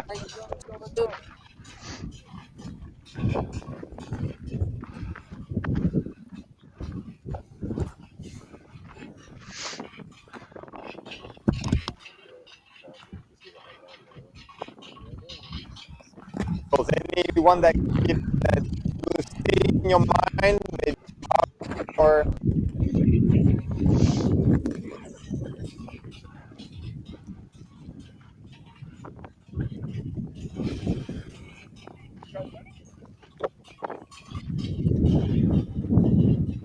think we may have lost Martin's interview there with Alisa and Nicole, our first and second place athletes. Our joint first place. A question from Scott Lurg. Didn't they also technically tie for the FISO win after they made it a 3-way tie? No, FISO then backtracked on that and then I think decided to make it 1, 2, 3. So that would have been Ulrika, Nicole, and Alisa. So yeah, This was obviously intentional. There was no. This is intentional. They wanted to race together. Yeah, I wish we hadn't lost the picture because it sounds I really want to know what happened. With 21 saying, I love the camaraderie. Do you know what? I do too.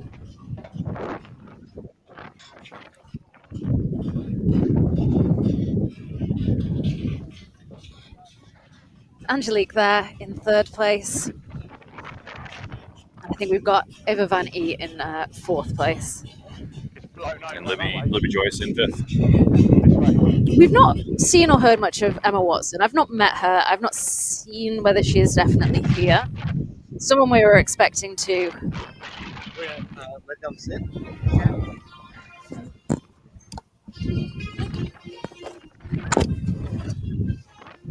Welcoming into the booth, our co-champion ladies, Mettle Games 2025. Thank Nicole you. Mericle and Alisa Petrova are getting microphones and the headsets set up. Sounds great. Got Nicole in here, got Alisa in here. Ladies, congratulations on your joint win. Well done. Thank you. Thank you very much. How was the course? It was nice. It had a lot of open running, which we both enjoyed, and then some variations, some little hills and some tunnels. Did you see that? I did. How would you think of the tunnels? It was exciting. Yeah, first we missed the tunnel, we ran away, then we had to come back because I think because of the wind, some marking lines were a bit missed. But it was okay, yeah. And there was a guy who was leading us. He told us to come back. Yeah. The wind kept us engaged, though. We had to really be navigating the whole time. Very windy. Very. Yeah. I feel like maybe chapped a little bit. Tough on the. We'll cough. Did the sand play a factor at all? Sand? Sand on the course. Our sand actually was not soft. It was hard, and for running it was okay. Yeah.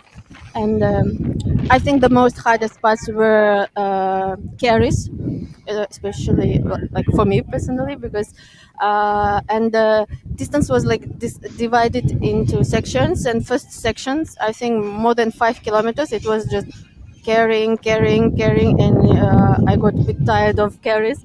And there was some new heavy stuff. I didn't see, for example, before this big sandbag which you have to pull like this.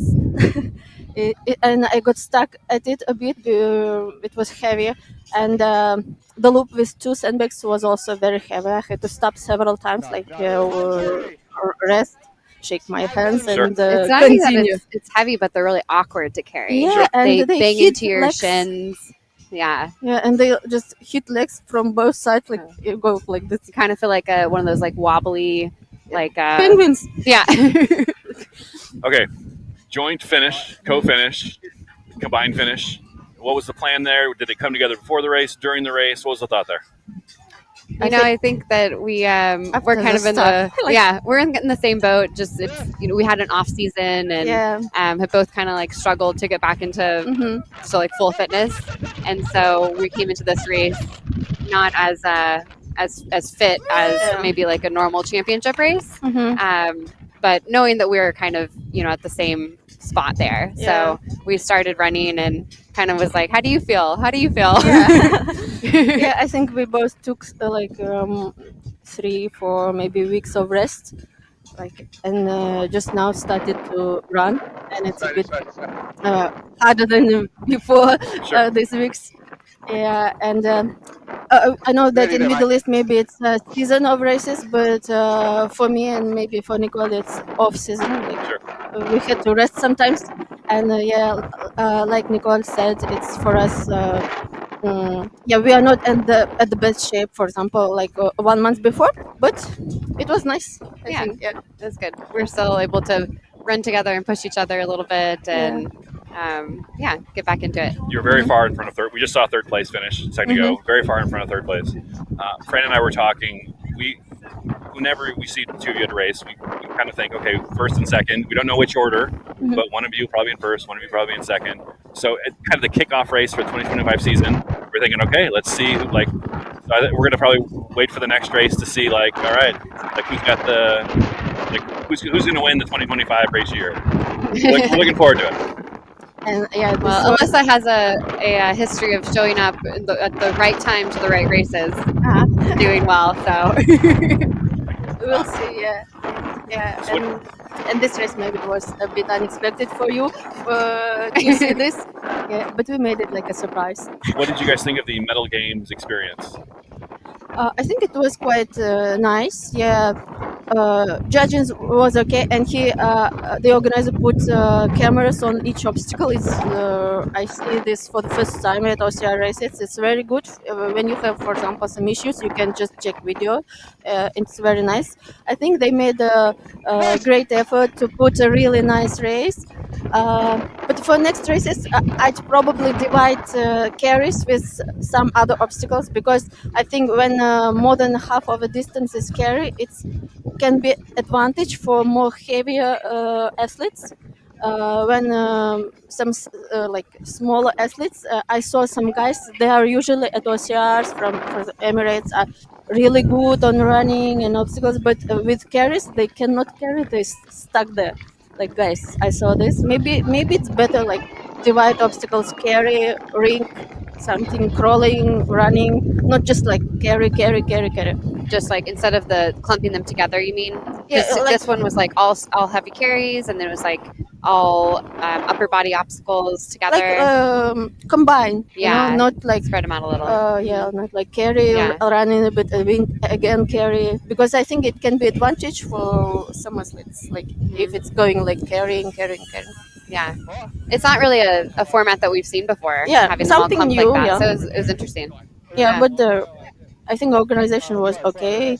Yeah, we missed only one time, but it's because of the wind. Yeah, Not the wind made the organizing markings mistake. hard to follow a little bit, but again, like small mistake on our part. Yeah. We got back on track really quickly. Mhm. But that's why it's nice to have someone to run with. Yeah, we can like tell each other. She's the navigator normally in Yeah. the races. She I can- usually attentive. yeah. I'm just like all over the place. Yeah, and I was going like this way, like this. Are you guys Yeah. excited about the team race tomorrow? Yeah, it'll be interesting because it's us and who else? Ava is on our team, right? Okay. And then I don't know. I didn't register. it's a surprise. No, you're running tomorrow. Yeah. I think we have a strong all female team, and the men. I'm not sure exactly how they're divided up, but I think they have like a few like elite athletes with some like local elites together, and so I think it might be interesting, especially if they send us off together. I didn't realize this till right now. The women are racing. It's team. It's not. You're racing against the guys. Like they got. I They think have yes, they have the because strongest. The men are kind of split up, and then you guys are on one team, and Yeah. we're gonna see what happens. Yeah, I That'll think be- it'll be kind of cool. That'll be fun. Awesome. Well, you guys have any last thoughts before we go? No, just like real excited to be here. It's always appreciated when a race flies out a bunch of the elites and we get to hang out and race together. Mhm. And it was a great event, really awesome obstacles, and I think really good new kickoff place, point for OCR and new Kuwait. country, new race. It's exciting, right? I've never been to Kuwait. exciting. Yeah, That's I great. know. Alisa Petrova, Nicole Mericle, first place, Mettle Games 2025. Congratulations. Thank you. Thank you. That's great. Good job, guys. I'll take this from you. While we were talking, we saw our third and fourth and fifth place women cross the finish line. We'll be able to pull up some race results.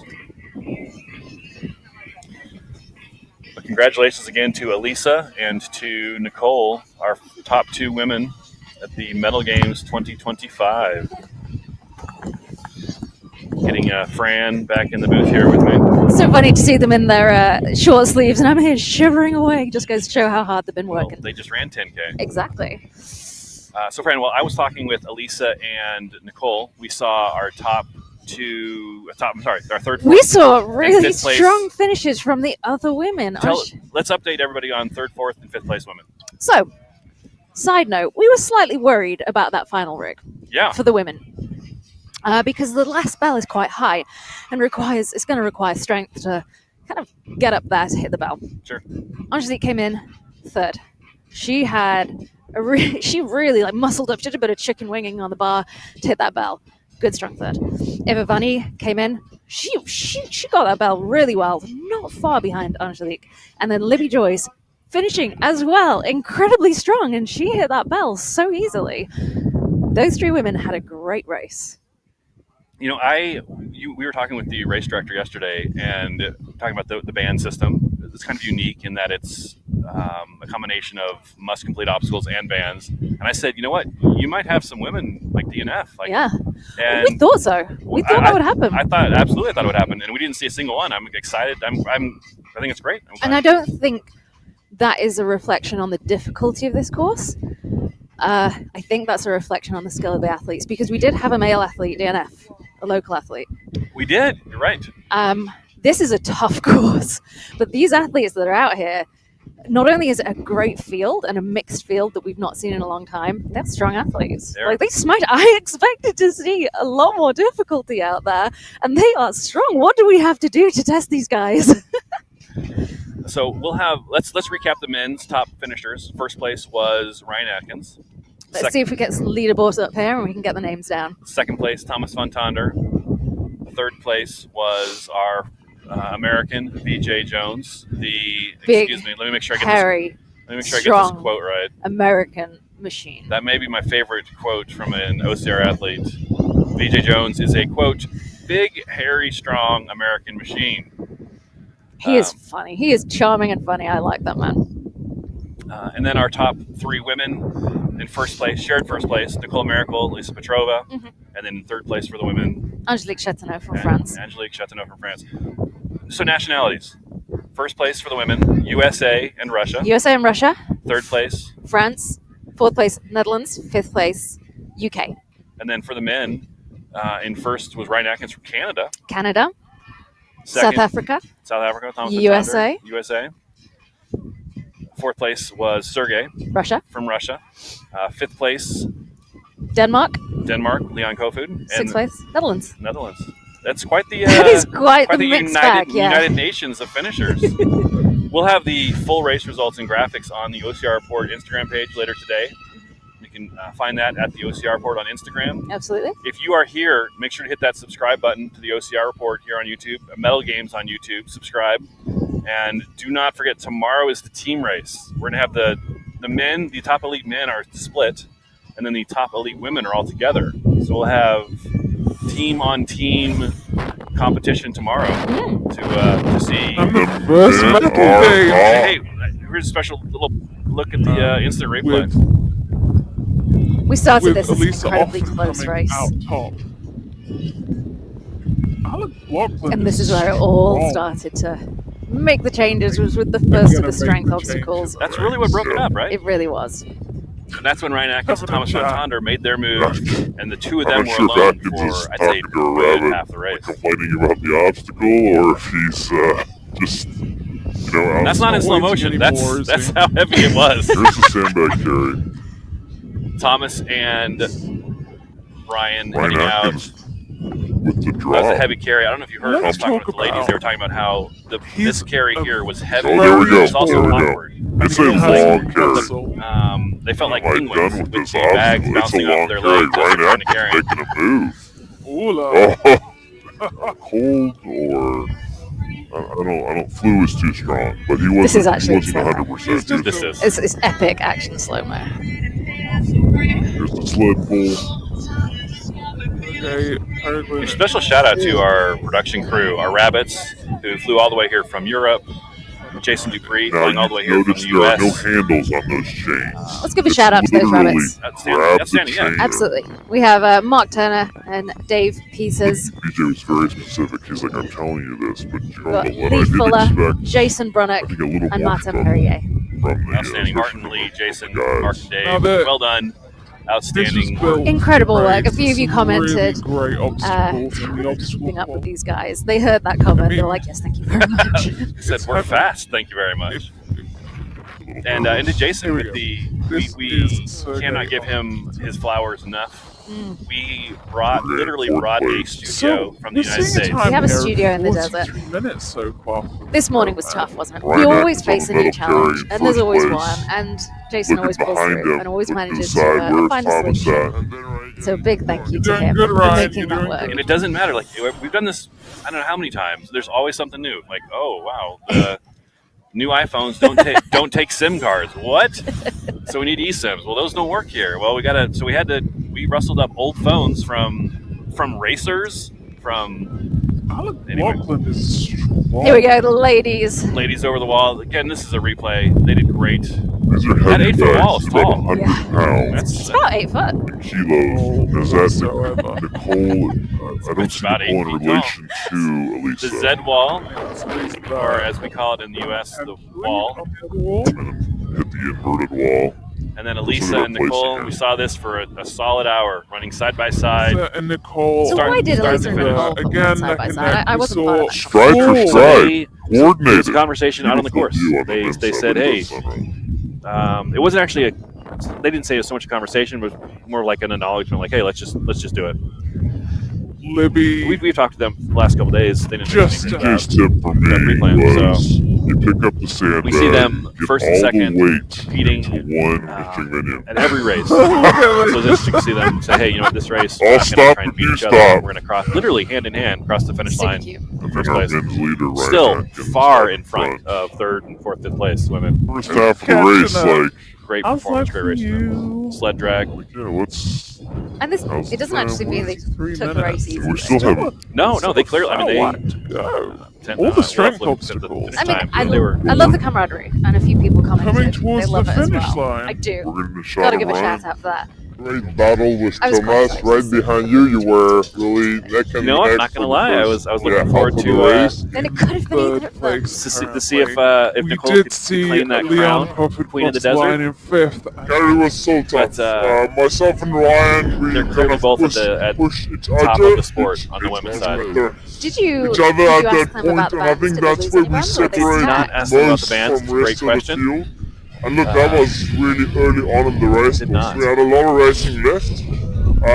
I did think the bands were going to come into play keep more than they that, did, and they weren't a factor. Really They kind of really wild. weren't, were they? But, you know, these block the win here, tough but obstacles. it was for someone like his body weight just lost. So that's like a little bit of adjustment, or maybe they're just that's the kind of even their ponytails are in sync. I want to give another shout out as well. We've seen the obstacles here. Incredible build on the obstacles. Outstanding especially for a first time event. First time event, really strong build. A lot of them are dug into the ground. A couple of meters buried into the ground, so really, really safe and secure. Nothing to trip over, nothing to worry about. Yeah, we were on the obstacles yesterday doing a course walkthrough. And strong, solid, clean. For a first event, it's very good. So we came into this. I think everything's going to have its hiccups, but here's our top 5 women. Alisa Petrova from Russia in first place. Nicole Mericle in second place from the USA. Frances Angelique Chetano in third, followed by Eva van E from the Netherlands, and Libby Joyce in fifth place from the UK. And we say first and second. They obviously cross together. If there's a chip issue, chip timing, we'll see what happens. Congratulations to all of our top elite women. And then our gentlemen. Oh, gentlemen. Canada's Ryan Atkins in first place. From South Africa in second place, Thomas van Tonder, followed by Veejay Jones from the USA in third. Russia's Sergei Pereglin is in fourth place, followed by Leon Kofford from Denmark. And Dutch athlete Alec Blockland closing them off in sixth. Great race, gentlemen. Well done. Great race, Well everyone. done. What an incredible morning so far. We are back tomorrow with the team race, so do join us tomorrow. If you want to support us, do join the Patreon. That helps us put on this coverage and bring all the OCR report action around the world to you at home. So we'll see you tomorrow for the team racing. Same time tomorrow, 23 hours from right now. Subscribe to YouTube. Turn on notifications. We'd love to see you tomorrow morning. Fran, any last thoughts? Thank you for joining us.